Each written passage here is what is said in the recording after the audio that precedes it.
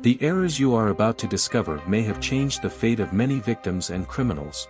Imagine a crucial detail overlooked, a fundamental clue neglected, or a forensic analysis poorly conducted. These errors can utterly compromise justice, letting killers walk free and leaving families without answers. Today, we will delve into the most shocking cases that defied logic, exposing how human mistakes and misguided decisions have shaped the criminal world in devastating ways. In this video, you'll explore the top 10 biggest mistakes in criminal investigations, from compromised forensic techniques to obvious clues left aside, allowing horrendous crimes to go unpunished. We'll show you how these errors occurred, what investigators could have done to avoid them, and the impact these mistakes had on the lives of the victims, their families, and society as a whole. Case number 8 will astonish you. If you're fascinated by true crime, want to learn more about investigations, or understand how these errors can affect any of us, stay tuned. If the topic has already piqued your curiosity, don't forget to subscribe to the channel for more intriguing stories like this and share your thoughts in the comments. Every detail you learn today might change your perspective on how justice is delivered, or undone. Mistake number 1, crime scene contamination. Imagine the scene: a brutal crime has been committed, and the only chance to find the perpetrator lies in the evidence left behind. But before experts can gather each crucial fragment, the crime scene has already been trampled by onlookers, hurried investigators, or even distraught family members. Crime scene contamination isn't just a mistake, it's a disaster that can distort the facts and compromise the entire case. This happens because, in high-stress situations, the concern for isolating the area is often neglected. The pressure to find answers quickly leads to hasty decisions, like moving objects or touching items that should have been preserved intact. Even the slightest slip can destroy evidence, leaving the investigation in the dark. If you think this is an exaggeration, one of the most notorious cases of this error will make you think twice. The case of JonBenét Ramsey.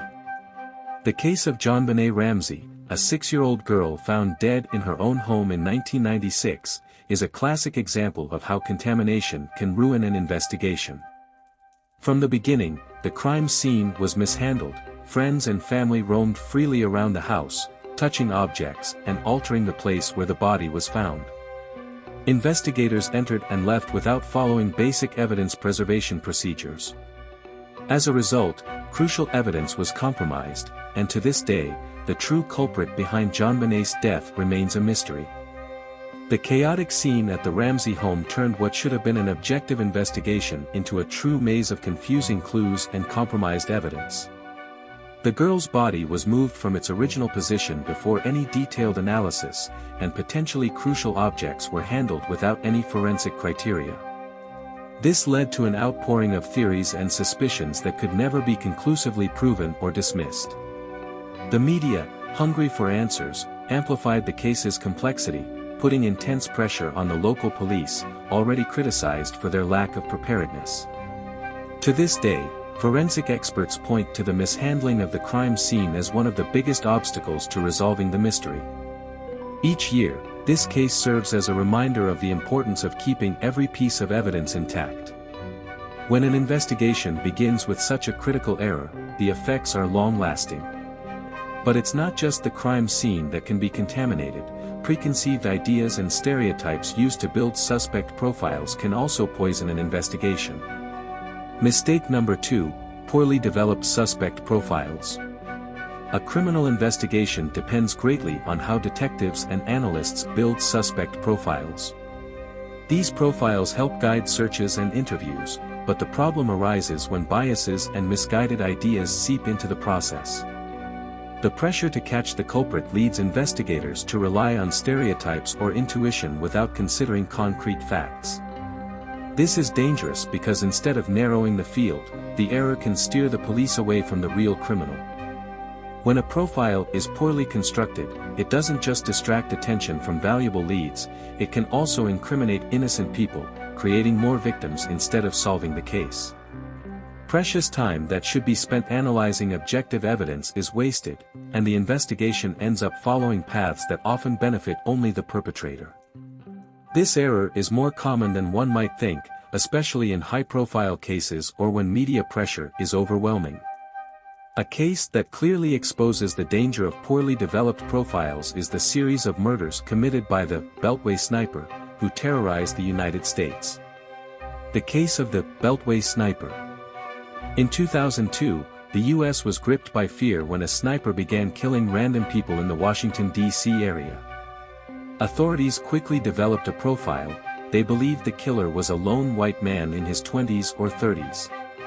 This profile, based on stereotypes from similar past cases, led to an intense search for someone fitting this description. Meanwhile, the real perpetrator, John Allen Muhammad, a 41-year-old black man, and his teenage accomplice, Lee Boyd Malvo, continued their spree undetected. Focusing on the wrong profile diverted the investigation for crucial weeks, during which more lives were lost. Only after an unexpected break in the investigation, thanks to a phone call from Muhammad to the police, were the true culprits finally identified. This case painfully exemplifies how profiles based on assumptions can not only fail but also cost lives. The lesson is clear: relying on facts and concrete evidence is essential to ensure justice isn't clouded by misjudgments. Poorly constructed profiles are just one part of the problem. When investigations rely too heavily on human testimony, another layer of devastating errors emerges, as we'll see next. Mistake number 3: excessive reliance on witnesses. Eyewitnesses are often seen as key pieces in criminal investigations. Police, lawyers, and even jurors place considerable weight on what these people claim to have seen or heard. But there's a serious problem: human memory is notoriously fallible. Our brains are not cameras that capture and store everything accurately. Stress, surroundings, the time elapsed since the event, and even the influence of others can distort what a witness remembers. By depending too much on witnesses, investigators run the risk of committing monumental mistakes. Leads can be ignored, real suspects can go free, and innocents may be pursued or, worse, convicted.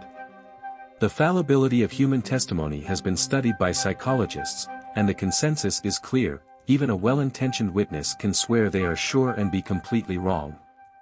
This makes the error even more insidious, as it can seem entirely credible when it's not. A case where excessive trust in witnesses led to tragic consequences is that of Ronald Cotton, a man who spent years in prison for a crime he didn't commit. The case of Ronald Cotton. In 1984, Ronald Cotton was arrested and convicted of rape based on the testimony of a single victim, Jennifer Thompson, who identified him with conviction as the perpetrator. During the trial, her account was so persuasive that there was no doubt in the jurors' minds. However, what no one knew at the time was that Jennifer's memory, though sincere, was completely inaccurate. Years later, DNA testing proved that Ronald was innocent and that the true culprit was another man, Bobby Poole. Ronald Cotton's case became emblematic in studying the fallibility of eyewitness testimony. Jennifer Thompson, despite her best intentions, simply couldn't remember accurately, a common flaw that cost Ronald 11 years of his life. Today, they work together to advocate for judicial system reform, raising public awareness about the dangers of relying solely on witnesses. This devastating error is a reminder that without concrete evidence to support accounts, justice can fail disastrously. But even when science steps in to correct errors, it sometimes becomes the source of monumental failures. This brings us to the next error: misuse of forensic technology. Mistake number 4: misuse of forensic technology. Forensic science is considered the crown jewel of modern criminal investigations. DNA testing, fingerprint analysis, and ballistic examinations often provide the evidence that seals a case's fate. However, when these tools are misused or misinterpreted, the results can be devastating. Forensic techniques are powerful, but they are far from infallible. Improper application or blind reliance on scientific reports can lead to errors that compromise not only a case but also the credibility of forensic science as a whole. Often, lack of proper training or the pressure to present quick results leads experts to make grave mistakes. A misinterpreted report or poorly conducted forensic analysis can be enough to convict an innocent person or let the real criminal go free. It's important to remember that forensic science only works when applied with precision and responsibility. Otherwise, it becomes a tool that, instead of serving justice, obstructs the truth. An emblematic case of forensic science misuse is that of Cameron Todd Willingham, sentenced to death based on arson analysis that was later entirely discredited. The case of Cameron Todd Willingham. Cameron Todd Willingham was sentenced to death in 1992 for the fire that took the lives of his 3 young daughters in his Texas home. The prosecution relied heavily on the testimony of arson experts who confidently stated that the fire was intentionally set. However, years later, renowned forensic experts reviewed the evidence and concluded that the techniques used at the time were outdated and riddled with mistakes. Many of the signs that investigators pointed to as proof of arson were, in fact, typical phenomena of an accidental fire. Despite these new findings, Cameron Todd Willingham had already been executed in 2004. The case became a symbol of what can happen when forensic science is applied without due rigor. It raised serious questions about the reliability of poorly conducted scientific evidence and the need for constant review of forensic techniques. Willingham's tragic story serves as a somber reminder that justice cannot rely on flawed science. If forensic science misuse can lead to such irreversible errors, the lack of communication between police agencies only worsens the situation, as we'll see next. Mistake number 5, lack of communication between agencies. Collaboration among different law enforcement agencies should be one of the greatest strengths in solving complex crimes. However, when there is a breakdown in communication, crucial information can be lost, allowing criminals to act with impunity. Sometimes, the issue is an unwillingness to share information due to jurisdictional conflicts, other times, it's outdated systems that simply fail to connect the dots between different departments. This disconnect can be disastrous, especially in cases that unfold across multiple states or even nationwide. What one agency knows, another may be unaware of, and meanwhile, time slips by. Every minute without the right information represents an opportunity for the criminal to escape or destroy evidence. In the end, poor communication turns what could have been a solid case into a web of scattered, potentially irrelevant clues. A case that highlights the dangers of poor communication is that of Ted Bundy, the infamous serial killer who took advantage of system flaws to avoid capture. The case of Ted Bundy. Ted Bundy, one of the most notorious serial killers in American history, committed a series of crimes across multiple states in the 1970s. One of the main reasons he was able to continue his murders for so long was the lack of communication between law enforcement agencies in different jurisdictions. At that time, there was no efficient information sharing system, and local authorities couldn't connect the disappearances and murders, even when the patterns were eerily similar. Bundy exploited this disconnect, frequently changing states to avoid detection. Precious time that should have been used to track down and stop the killer was wasted while he continued to take lives.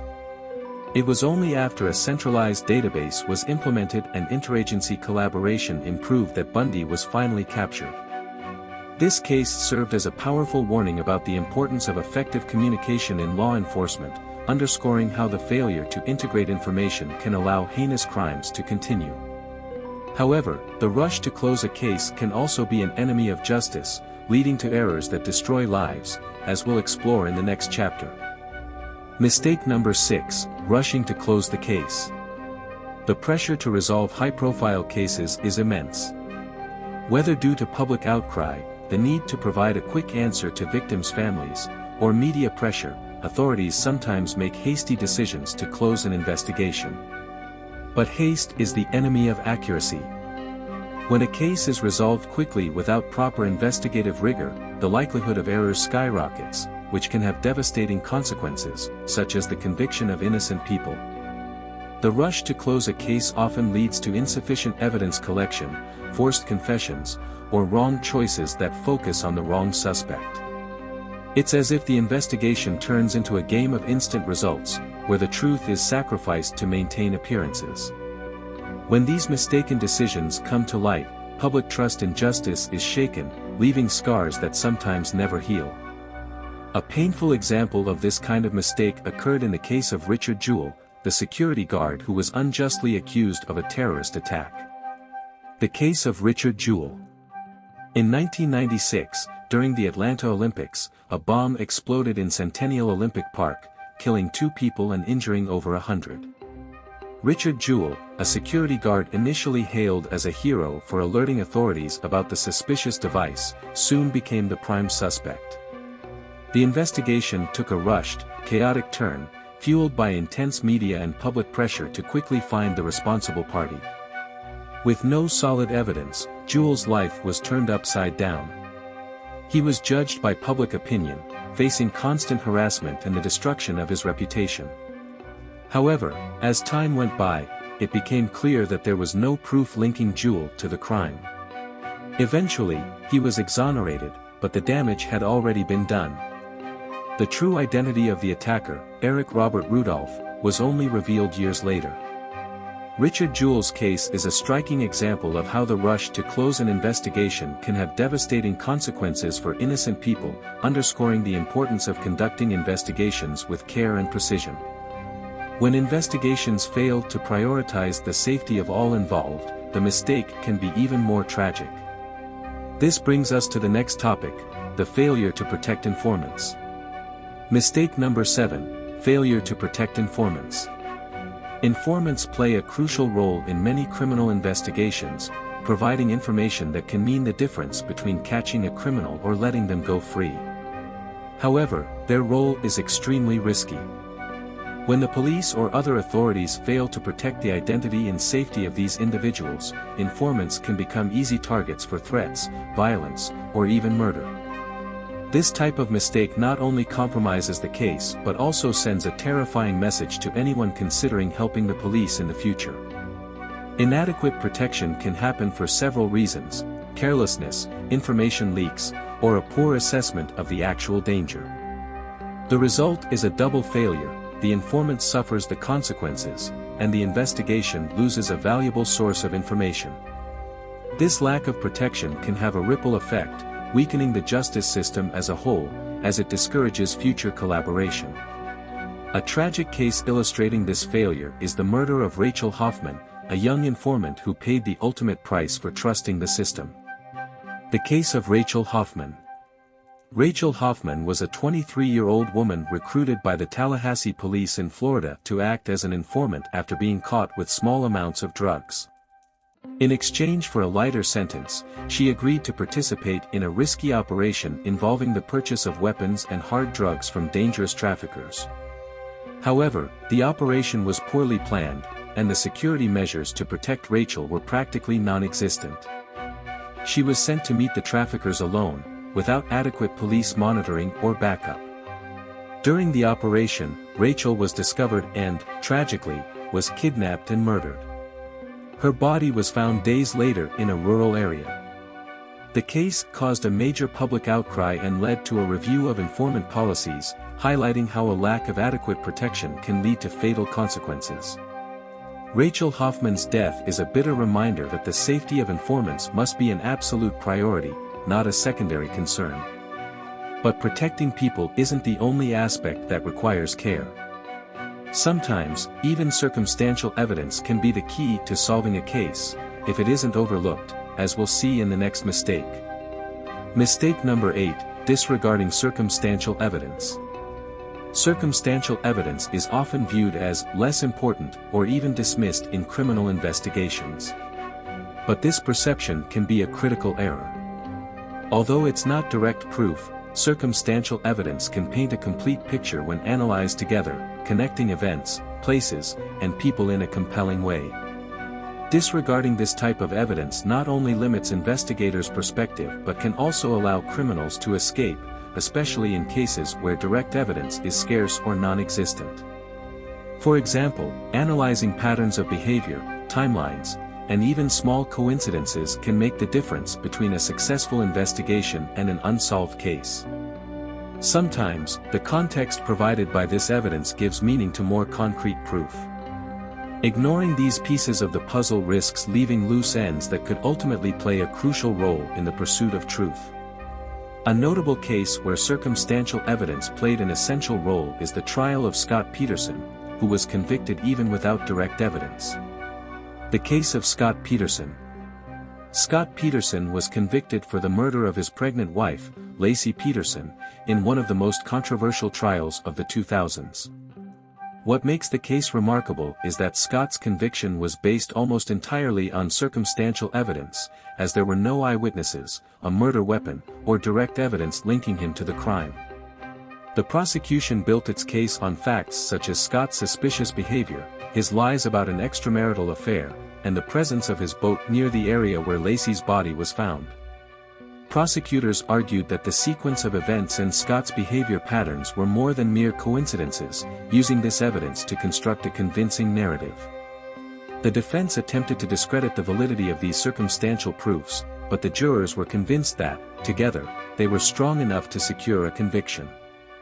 This case demonstrates the power of circumstantial evidence when viewed holistically, reminding everyone that even seemingly insignificant details can be key pieces in a criminal puzzle. Mistake number 9, manipulation or falsification of evidence. In a system that relies on evidence to achieve justice, the integrity of that evidence is absolutely essential.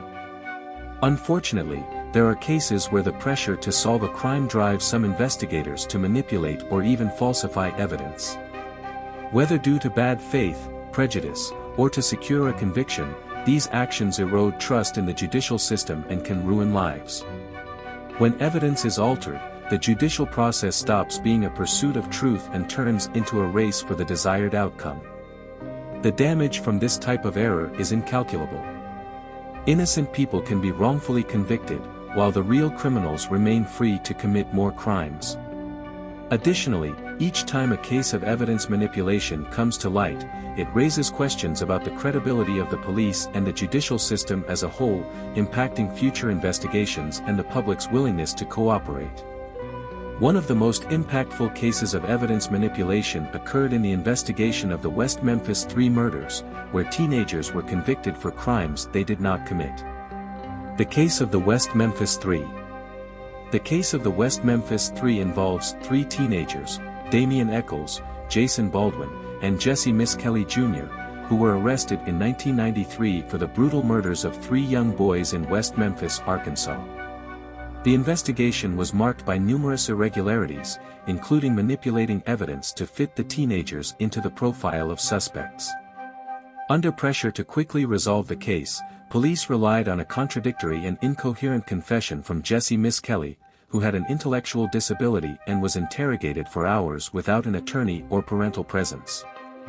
The physical evidence linking the teens to the crime was virtually non-existent, but authorities used manipulative techniques to strengthen their accusation. Allegations of satanic rituals, fueled by the moral panic of the time, also strongly influenced the conviction. Years later, new forensic analyses revealed that there was no conclusive evidence against the West Memphis 3, and experts began to question the validity of the case. In 2011, the 3 were released after accepting a plea deal that upheld their convictions but recognized their innocence, underscoring the irreparable harm that evidence manipulation can cause. When evidence is preserved and used correctly, it is essential that victims and their families are treated with empathy, as a lack of sensitivity is also a mistake that can undermine justice. Mistake number 10, lack of empathy for victims and their families. Criminal investigations don't only affect suspects and investigators, victims and their families endure deep anguish, desperately seeking answers and justice. When authorities fail to show empathy and sensitivity during this process, the suffering of families is intensified. Instead of feeling they are part of a pursuit for justice, families often feel forgotten or even disrespected. This lack of empathy doesn't only harm the victims emotionally but can also interfere with the investigation, as family members may be less inclined to cooperate. Insensitive treatment ranges from how devastating news is communicated to how investigations are conducted without considering the emotional impact. Ignoring the needs of victims and their families can damage the perception of justice and shake confidence in the system. Showing compassion and humanity is an essential part of any investigator's work, not just because it's the right thing to do, but because it's vital to ensure victims feel that justice is on their side. These mistakes we've discussed aren't just technical failures, they're reminders that the pursuit of justice is a complex responsibility requiring care, precision, and, above all, humanity. The case of Denise Amber Lee. In 2008, Denise Amber Lee, a young mother of two, was abducted in broad daylight in Florida. During the kidnapping, Denise managed to make a desperate call to 911, detailing her situation and pleading for help. Several other citizens also called to report the location of the suspicious vehicle, but unfortunately, authorities failed to coordinate an effective response. The result was devastating. Denise was brutally murdered, and her family was left devastated not only by the loss but also by how the case was handled. The Lee family's pain was compounded by the perception that Denise's pleas for help were not taken with the seriousness and urgency they deserved.